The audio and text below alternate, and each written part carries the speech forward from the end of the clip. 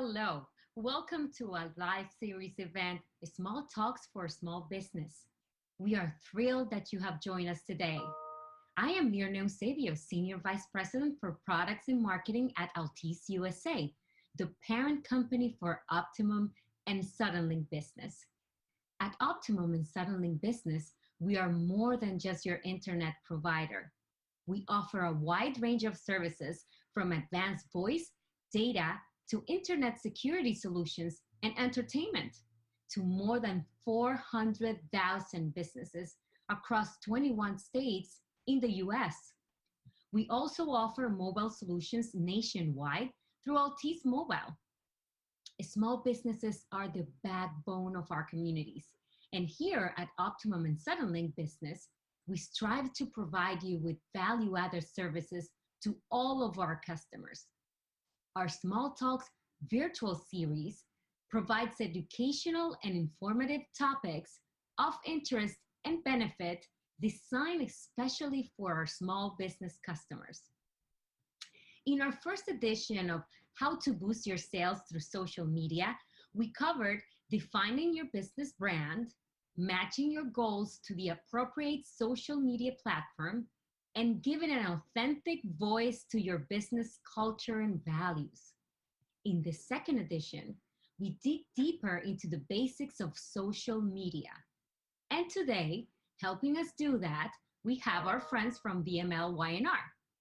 VML Y&R is one of the world's leading full-service advertising and marketing agencies with 189 offices in 93 countries. I'm happy to introduce, returning with us today, Kyle Boots. As a Global Vice President, Kyle drives strategy for clients around the world. He has worked with several Fortune 500 companies, leveraging online data to shape communications, brand, and business strategy. Companies such as Target, ESPN, and Google, to name a few. Kyle has guest lectured at Syracuse University, Pace Business School, Brandeis Business School, and we're pleased to have him here today. One last note, the Q&A feature in your webinar is live. So if you have a question, please type in the dialog box and we'll try to answer as many as we can after the presentation. And now, here's Kyle.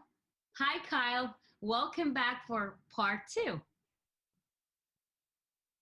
Hi, thank you very much. Hello, everyone. I'm Kyle Boots, Vice President of the BAV Group, which is the brand consulting division of VML Y&R, lots of acronyms. But I'm here today because we're going to talk a little bit about how to leverage social media to build your business. And it's really a powerful tool, not only to create a short-term impact on your bottom line, but actually to help build your brand, which will drive loyalty and actually keep people coming back and patronizing your business and using your services. So let's get started. Perfect. So, last time we spoke a little bit about leveraging social media for small business through the context of brand and business and culture. If you go to the next slide, today what we're going to talk about are a little bit more tactical. Channels, how should we be using specific platforms and where? Creative, what does the content actually look like on social media? And then finally, results, which is key, which is how do we measure whether this is actually creating an impact on your business? So I'm just going to give you a quick overview of what we discussed last time, since it was a few weeks ago. If we go to the next slide, a brand is the vision or the driving force behind everything that an organization does. It's why your company was founded, it's why the employees show up, and it's why customers should care.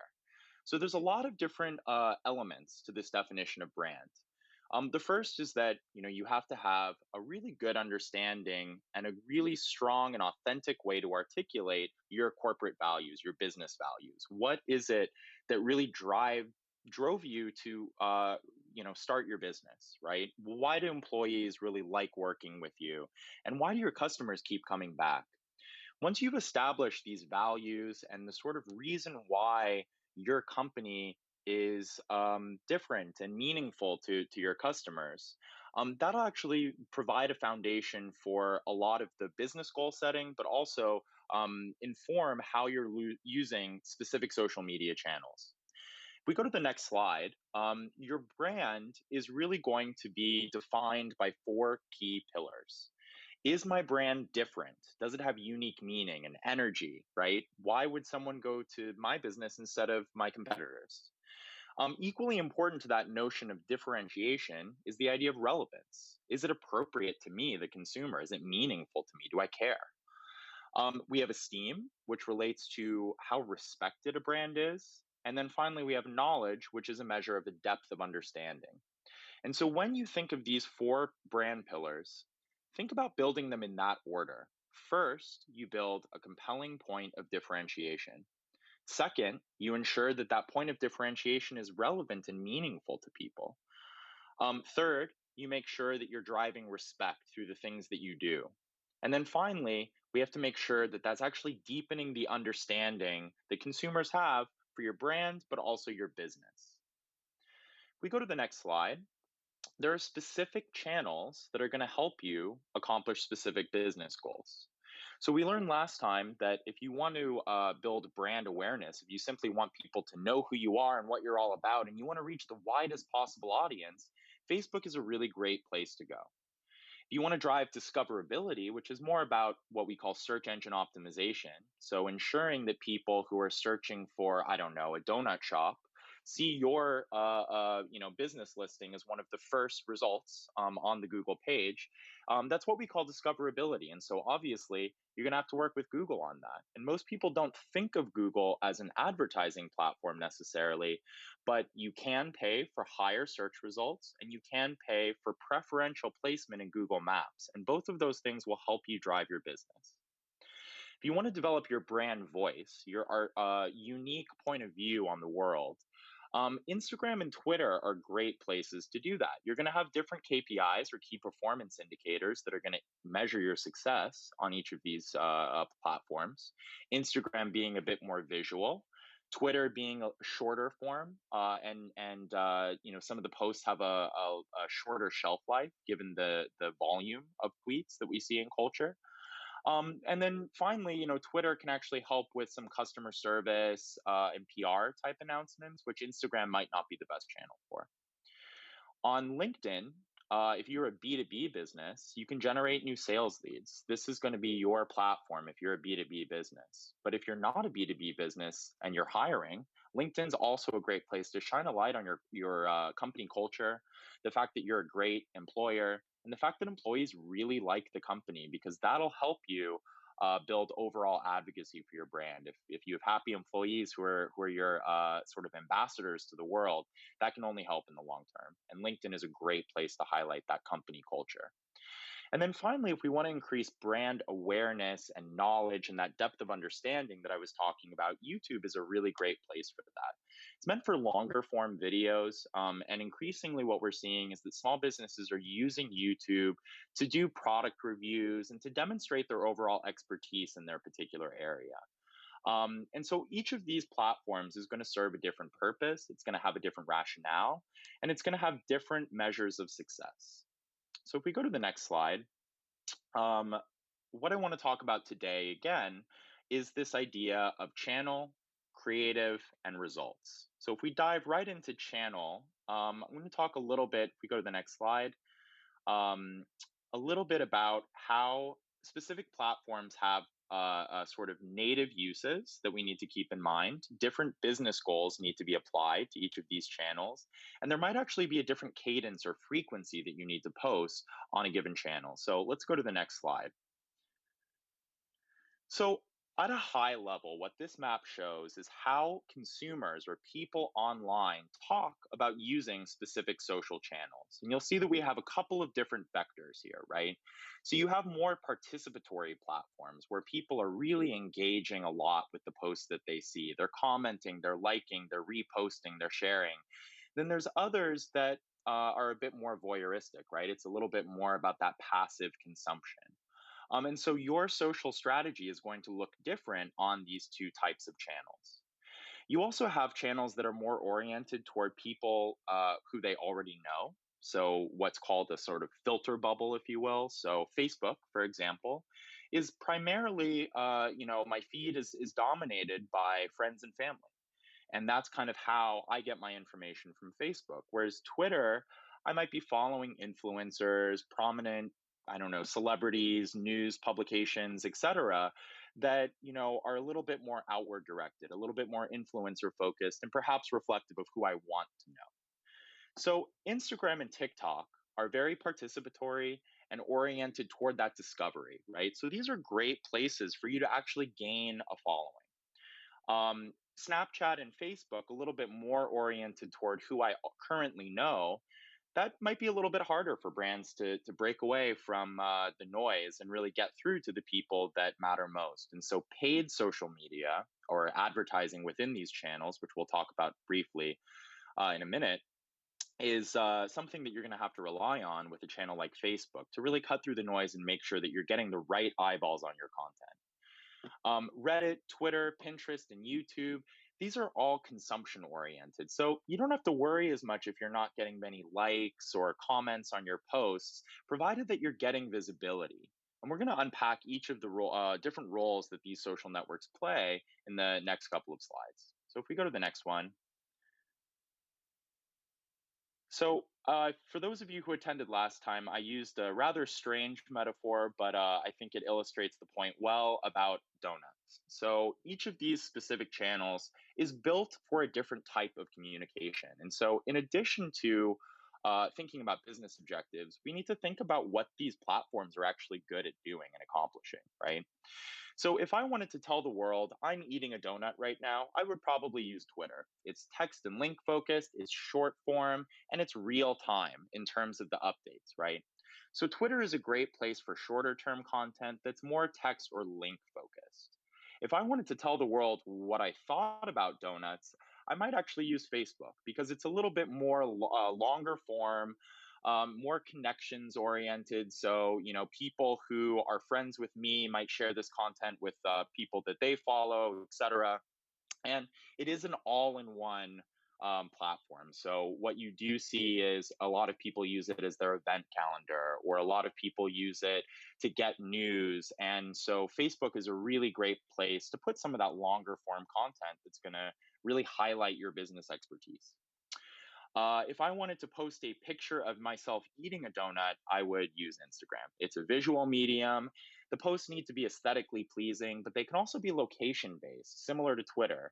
And so these are great tools to encourage your customers, not just you, but your customers to actually tag photos of themselves patronizing your business, and that's a great way to get some additional visibility, user generated visibility.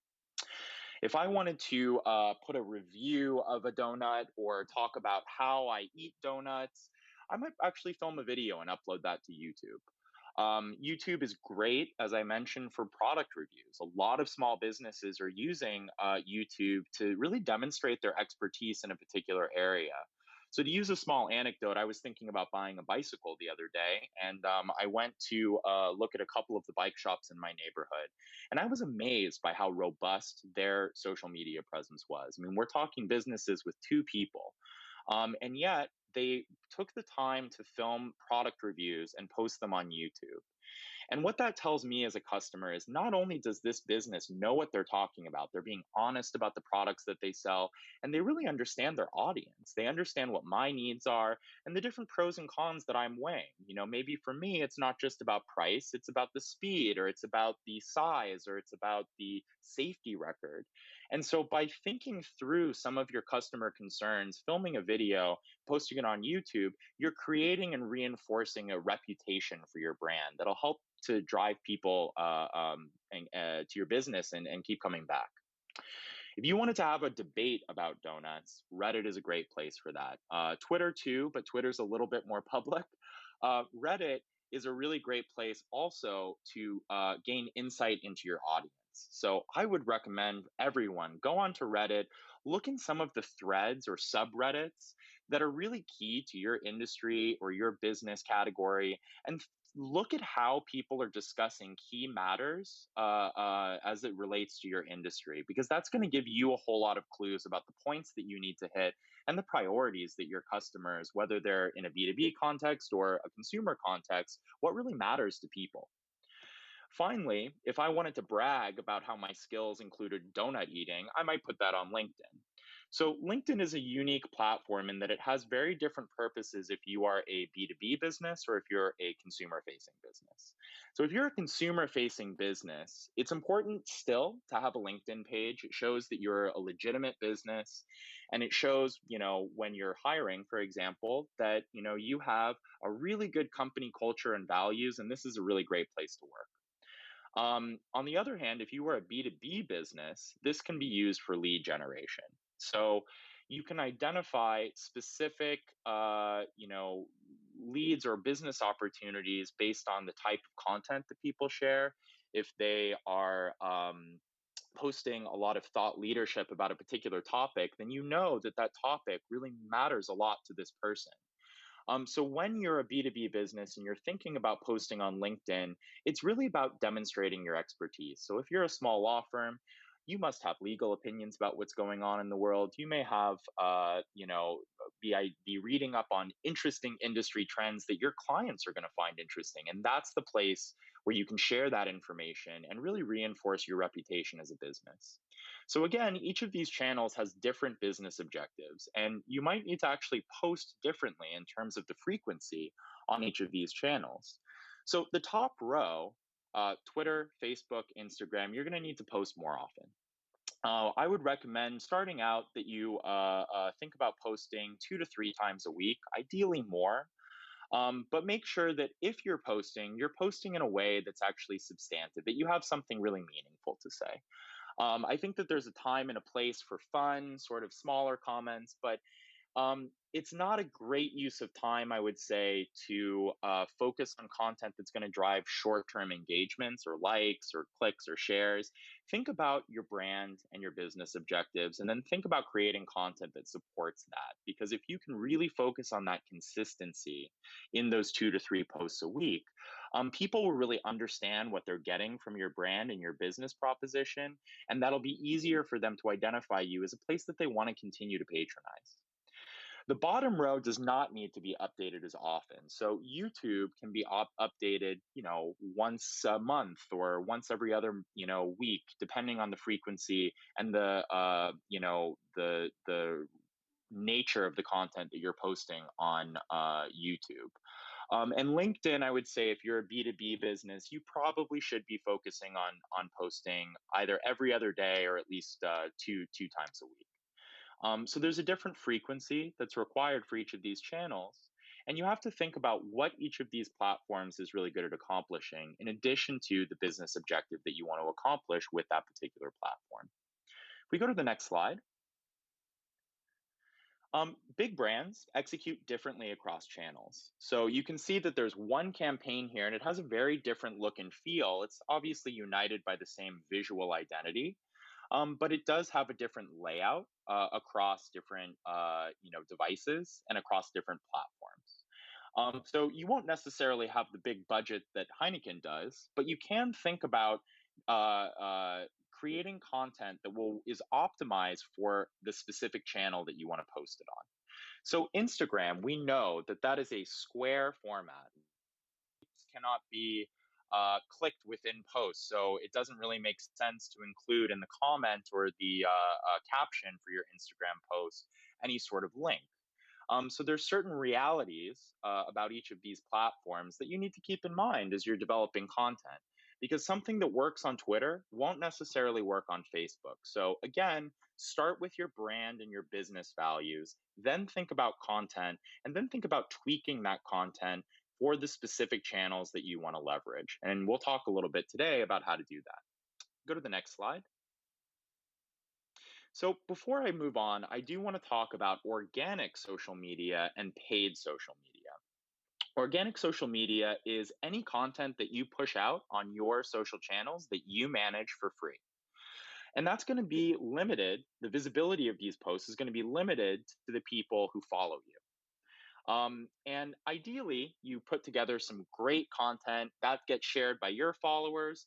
Their followers see that and it trickles outward. But that doesn't always happen, particularly when you're first starting out. So it is important to think about paid social media. These are sponsored posts or digital ads that you actually pay for. And what's amazing about this is that you can actually target a very, very specific audience based on demographic information, based on emails if you have that, based on affinities or what's called interests in the online space. And what you'll notice is that all of the paid social media examples that we see say sponsored underneath. So they don't have a date attached to them like an organic post would. They say sponsored. And this is where you see e commerce enabled content, right? So Facebook and Instagram have templates that you can use, such as this that you see here, this carousel, where I can actually just swipe through and look at all of the different products and actually click on one and buy it from the website. You can also post articles or images. What I would recommend is that you use less text than the secret NYC because you want to be catchy. You want to make sure that you are capturing people's attention and not giving them, 15 paragraphs to read. You want to make it really easy for them to engage with this post. So there's paid social media and there's organic social media, and paid social media will generate more visibility, but it costs money. So if you go to the next slide, I do want to emphasize the importance of considering to dabble in some paid social media. There are more people online than ever before, but it's getting harder and harder to stand out. So when we look at, and this is in large part due to changes in the back end that Facebook and Instagram made, they actually have made organic content, so the content that you or I post on our social channels, less visible to the wide possible audience. So really, you need to pay to play these days. Without paid support, only 1% or about 1% of your fans will actually see your content. But you can actually get a lot of traction out of a small investment of $10 to $40. And it's really valuable to do that because you can ensure through paid social media that you're getting a higher return on your investment. With organic social content, you don't really know what's working and what's not working unless you actually see people coming to your website, coming into your store, coming into your business, whatever that may be. Because business is really the ultimate KPI. But with paid social media, you can get a glimpse into how people are engaging with your ads, how long they spend, what they look like, what their demographic information is, and then what other types of content they engage with online. And that'll give you a whole lot of intelligence that you can use to optimize your content and make sure that your marketing becomes more and more effective. If we go to the next slide, I want to give you an example of the types of things that you can actually filter by. So, audience tailored content is going to be key if you use paid social media. So, maybe not everyone on this conference has heard of Zoom, or excuse me, Noom. But everyone probably has heard of Weight Watchers, right? Weight Watchers is a behemoth, and Noom is a relatively small startup that is a fitness and health tracking app that ostensibly competes with the juggernaut, Weight Watchers that we all know. So how do they stand out? Not only facing off against a large corporate multinational brand, but also how do they cut through the noise on social media? What they did is they identified a niche for themselves. So they saw that Weight Watchers was more focused on the health benefits of diet and exercise, and then the community aspect of it, right? The Tuesday night support groups, providing some empathy and support for people who are, struggling to change their weight or their health. Noom focuses on the activity and the competitiveness. So similar to a CrossFit, where you're competing against yourself, but you're also competing against others in your same class. Some people like that. That kind of mortifies me. But it really worked for Noom, and they saw this niche audience that was really, really focused on activity and competition. And so they further narrowed down their audience to key demographics, locations where they saw a huge deal of growth potential, Affinities, which again are interests that are other brands, other topics that specific people are engaging with on Facebook and Instagram. That's something you can filter by when you're creating your paid social post. CRM lists. So if you have an email list of all of your existing customers, you can actually serve them an ad.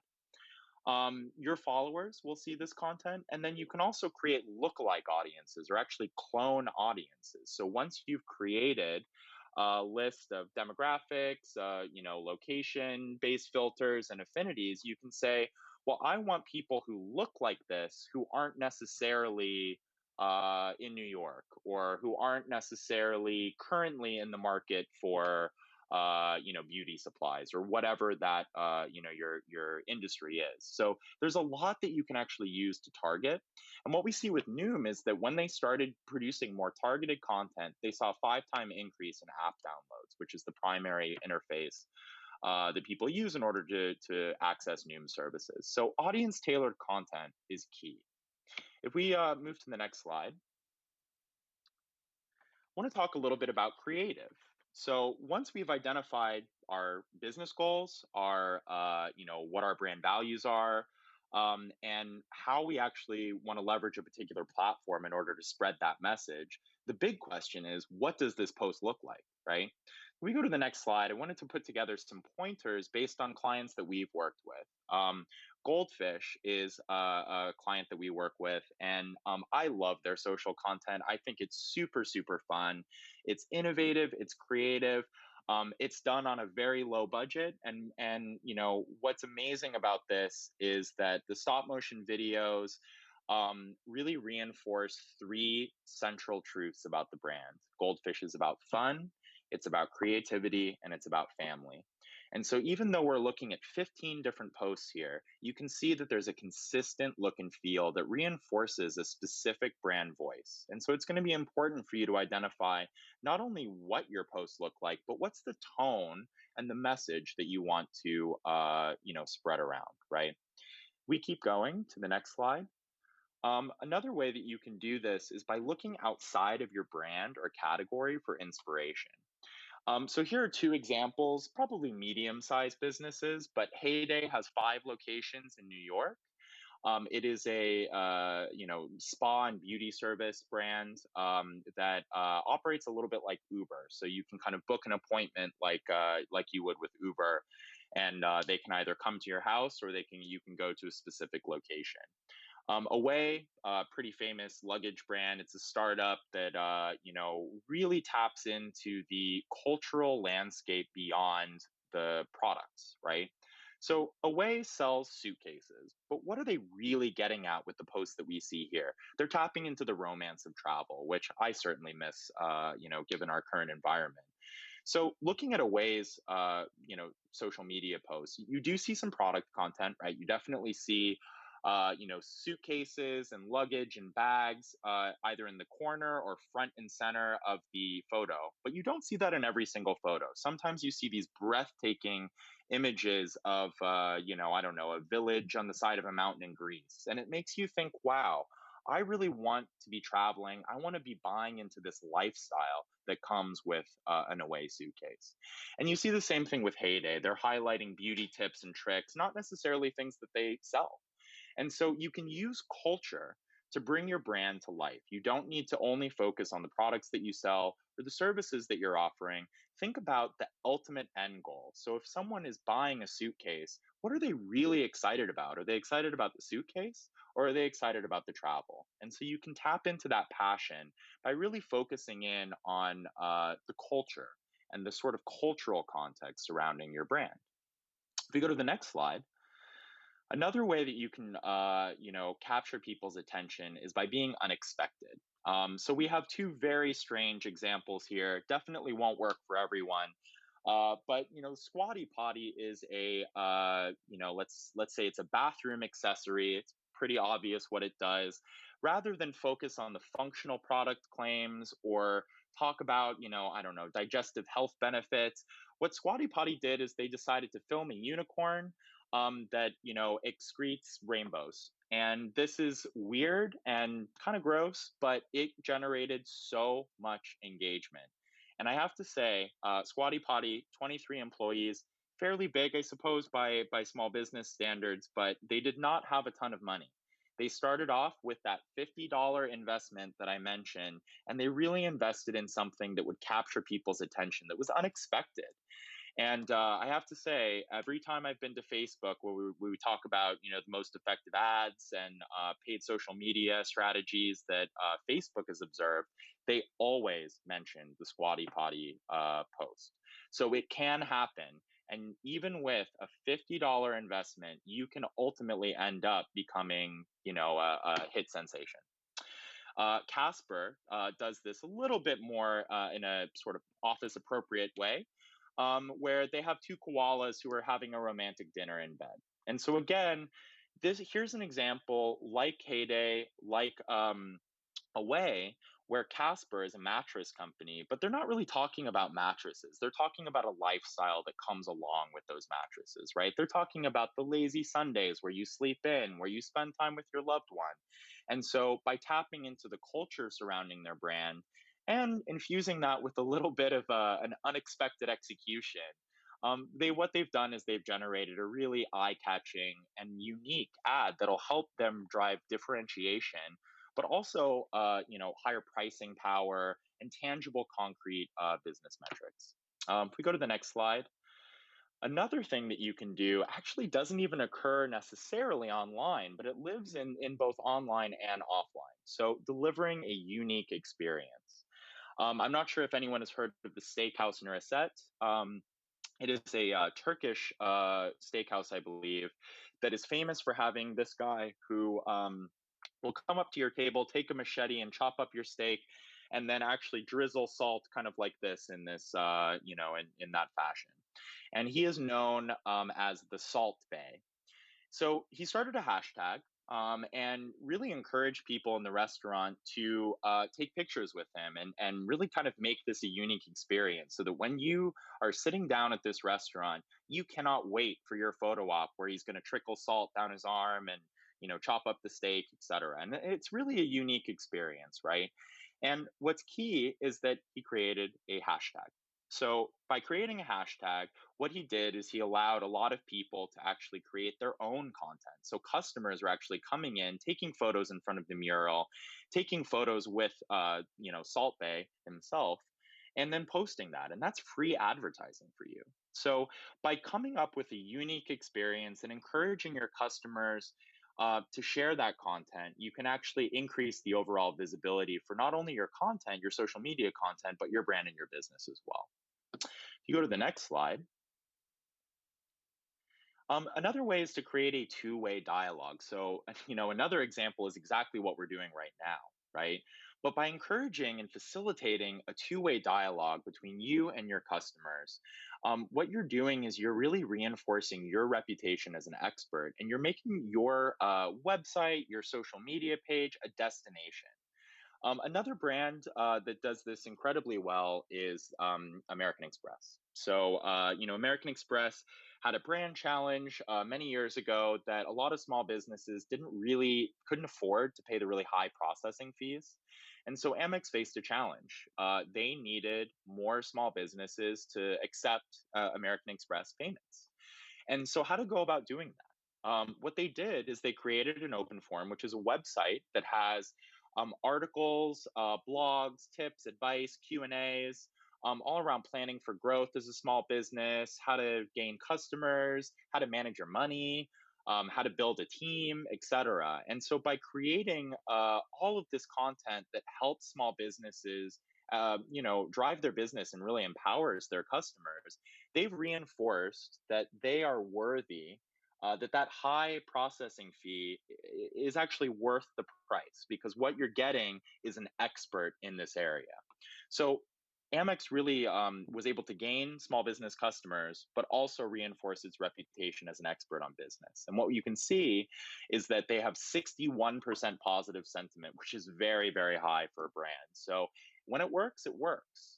And you can do this at a much smaller scale with your business by creating a two-way dialogue. So certain channels are going to be really important for you to actually not just push out content, that'll be liked and shared, hopefully, but actually comment and on other people's posts and reply to comments that are left on your posts. So engagement and dialogue is a huge way for you to gain followers. If you go to the next slide, you can finally win with consistency. And so it's really, really important when you're thinking about producing content that's going to drive people to your brand, your business, and really help clarify what you have to offer to the world. Do you want your feed to look like Applebee's, which looks like a, I don't know, like a collage of coupons? Or do you want to sort of reinforce a consistent standard of excellence, which is what Panera Bread did, right? The posts are different, but the look and feel is the same. There's a consistent color scheme, there's an aesthetic, there's a style, there's a voice. It's overall much more cohesive. And that tells me as a consumer that you actually care about the values that you claim to care about, because it's reinforced consistently by the way that you actually execute your content. And so last time, one of the things that we mentioned was not changing too much about your social strategy all at once. If you decide that one day you're going to be posting articles about industry trends, and on the next day you're going to be posting cute pictures of cats, you're not really sending a consistent message to consumers, right? So slow and gradual change is key with social media, which is a good thing because it actually allows us to learn and refine our approach. We don't have to do it all in one night. So if we move on to the next slide,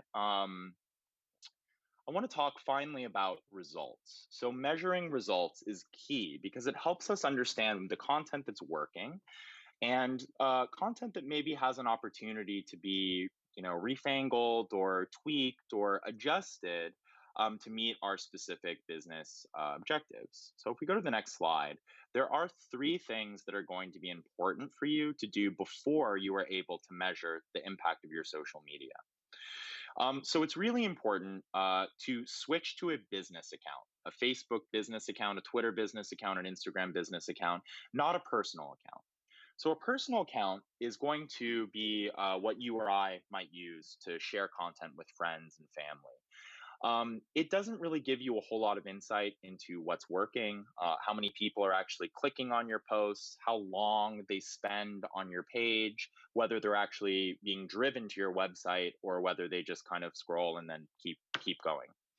A business account allows you to track all of that. So if you have a business account set up, what you're able to do is track conversions to your website. You're able to look at the demographics of people who engage with your posts. And it's just going to give you a more nuanced understanding of what's working and what's not working. So, key, switch to a business account. The next is that you can set up what's called a Facebook pixel, which is a tracking cookie. So, if you've ever wondered why, I don't know, when you sign into Google once, you don't have to sign in every single time you open the page, or maybe you sign into, I don't know, whatever news publication of choice. You sign in because you're a subscriber, and then you don't need to do that for the rest of the day or the next couple of days.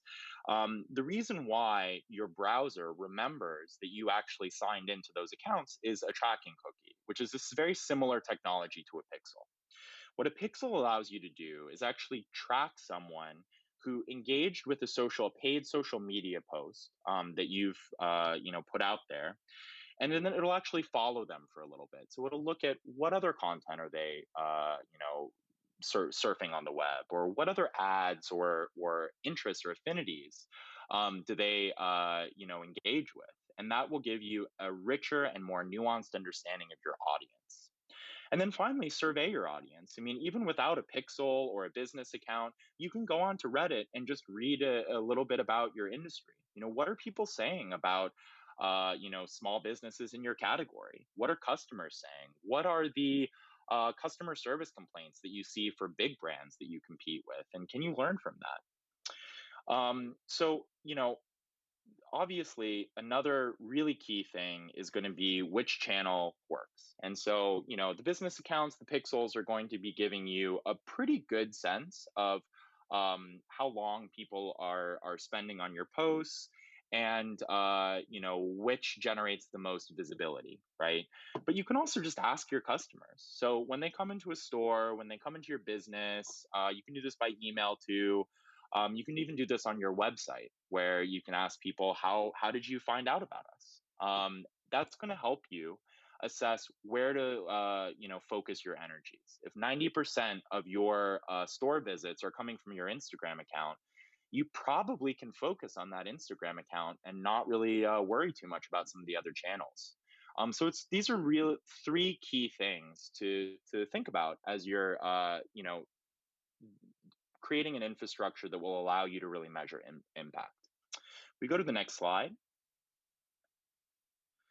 So I wanted to show you three examples of small businesses kind of near me, and talk a little bit about website. So tracking visitors to your website is wholeheartedly within your control, and it's a really useful way to identify not only where leads are coming from, but whether your website content is clean, whether the consumer experience on the website is the most optimal and true to the shopping or business experience that you want your customers and your clients to be seeing.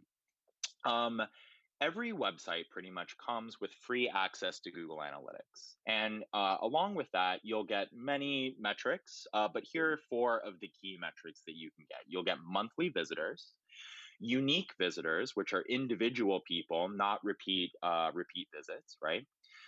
Visits per unique visitor. So, how many times are people coming back to your website? And then finally, the average time spent on site. So, I might look at Joe's Pizza with 25,000 monthly visitors and say, wow, I really want to be like them. But actually, Bocce Club Pizza has a better profile overall. So they have 14,000 monthly visitors, about 5,000 unique visitors. But look at the unique visits, the actual number of visits per unique visitor. And you see that people are going two times roughly to Joe's Pizza, but they're going three times to Bocce Club Pizza, and they're spending more time on the website. So what that tells me is that Bocce may not have the sort of sheer number of fans or following as Joe's Pizza, but what their community or their fan community has is much deeper engagement with the Bocce Club Pizza brand. And so you have to think about the depth of engagement, not just the overall number of likes or website visits that you're getting. If we go to the next slide. Finally, are you making an impression in real life? This may be harder in the current environment that we're in with COVID, but are you making an impression in real life? You have to speak to your customers and ask them why they came in, and ask them what they liked about their experience, and is there anything different that you could do? And by listening to those sort of unprompted answers, by kind of putting people nicely on the spot, what you can really accomplish is a great deal of business intelligence that'll help you refine your social media strategy and create more nuance in the content that you're posting moving forward. So if we go to the next slide, just in summation, there's some three key takeaways before we get into questions. So the first is build your brand story. So it starts with brand. I know that brand may seem like a sort of fluffy or not tangible concern, but your brand is going to be the key and primary driver of loyalty. And if you think about that, that reflects hopefully the way that you're a consumer, right? So why do you go to the stores that you go to? Sure, prices or promotions or convenience may be factors, but ultimately it's because you've had good experiences there in the past, and that brand name means something to you. It stands for a consistent standard of excellence. And so when we think about building our brand stories, first you have to think about how to define your voice, right? So what matters to me as a company and what matters to my audience might define what I'm saying, but how you say it needs to come from you.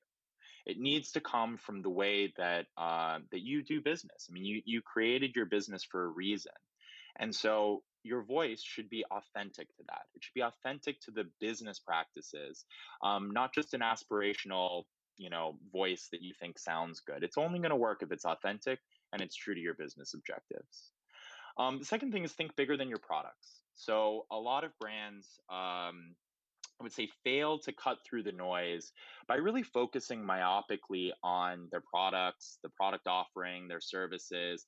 You have to think more broadly about that. So think about the end goal for consumers. It's not about that suitcase. It's about what the suitcase allows you to do, travel the world. If you identify content that resonates with your audiences and actually fits into the broader dynamics of culture, you're going to have a much easier time communicating your unique brand proposition and your company values. And then finally, capture people's attention. So it doesn't have to be a unicorn. It can be any number of things. But look at what's out there. Look at what your competitors are doing, and then think: Is there a way that I could accomplish the same thing using a voice that's authentic to me? If you're playful, be playful. If you're serious, be serious. But capture people's attention by thinking outside the box and deviating slightly from category norms, because there's really no reason why all law firms, all pizza places need to behave the same. Second, in order to reach your audience, you do have to pay to play. But remember that even a small investment can elicit a huge impact. And it allows you to really target and hone in on your content in ways that organic social media does not. So it'll allow you to target content based on your audience, demographics, the location, and then their interests or affinities. And then identify your social sweet spot. The time of day, the number of posts that you're creating, and the platform that you choose are ultimately going to be tied to your audience's behaviors and your behaviors as a business. So once you identify that sweet spot, it's a matter of trial and error. Finally, in order to do that trial and error, you have to be able to measure impact. So define KPIs, or key performance indicators, that actually matter. Your business is a KPI that matters. Likes are not a KPI that matters. Likes might tell you directionally, oh, this content was pretty popular, whatever, but that doesn't mean that someone's going to go in and actually buy something from you. So, building your brand equity through consistent storytelling will give you more insight into whether people are actually coming back and why they're coming back. Those are your KPIs that actually matter. And then finally, we have to think about the long term. So, short term content strategy will give you short term results. You have to think about your goals and, what can something that you post today actually help you work toward? So, to use a sort of larger enterprise example, has anyone heard of the ALS Foundation? They're responsible for the Ice Bucket Challenge, which was a viral campaign a couple years ago. They encourage people to dump a bucket of ice water on them to simulate the symptoms, or the feeling of living with Lou Gehrig's disease, or ALS. So that was a huge viral success, and I often hear from a lot of clients, what is my ice bucket challenge? The problem with the ice bucket challenge is that it was very short term. The impact was very short term.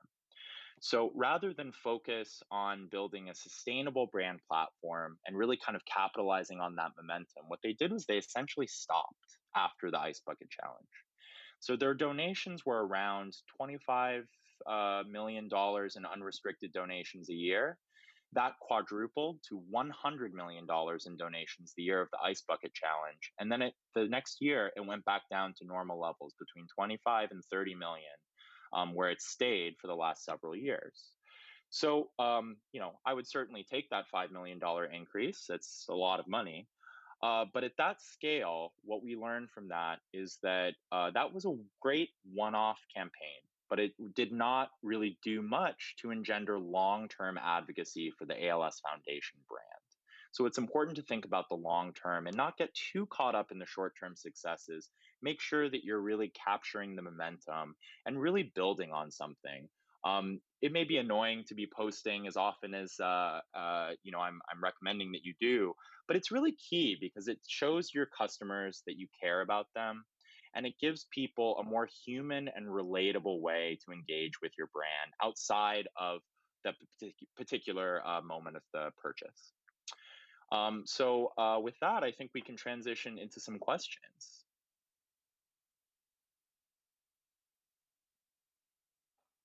Let me see. Okay, so we have a few questions coming in. I'm just going to read some of these off and give you some answers. Um, do we need to be using all platforms at once? No. It is probably better for you to commit to one or two platforms and do them incredibly well than to have eight social media accounts that are only updated once a week. So I would recommend thinking about what makes your brand and your business different and meaningful. And then think about your business objectives and your audience, and this will help you choose the right platform. And just be okay with the fact that you're going to start small, and don't be discouraged by the lack of engagement when you start, because it takes time to build up that momentum. Okay, a lot of questions. How do I get more followers once I start a social media business account? Okay, this is a great question. So the best way to gain followers is by engaging people. This is true for whether you're a consumer facing brand or whether you're a B2B brand. Respond to comments that you receive. Thank people for commenting. Ask follow up questions. Follow other brands and people that are relevant to your brand, and then like or comment or retweet their posts, because the more you engage, the more visible your content is going to be. Um, there are lots of different ways that you could do this. So you could maybe offer a discount to anyone who tags your business in a post. I will say there's one little anecdote that I'll share because I see that we're running out of time. There is a local cheese shop in my neighborhood that does this incredibly well. I once posted a kind of lame Instagram post asking the cheese shop to marry me. And to my surprise, the cheese shop actually responded with a cheese pun. They said, "That's sweet, but I camembert, haha," all this attention. And we kind of lobbed cheese puns back and forth. And the exchange actually got a lot of attention. I mean, people were liking my comments and their comments. And, I don't know if they gained followers because of that particular exchange. But what I can tell you is that I would never buy my cheese from another shop, because it's such a human centric way to engage with your customers. They had a personality, they had knowledge about what they were selling. And to me, that's a greater sign of success, is to actually convince someone who might be an occasional user for your brand to become a regular user, a regular customer for your brand. And that's a great opportunity to leverage social. I think we are out of time, unfortunately, but this was really, really great, and some really great questions that I see here, and looking forward to the next discussion. Thank you very much.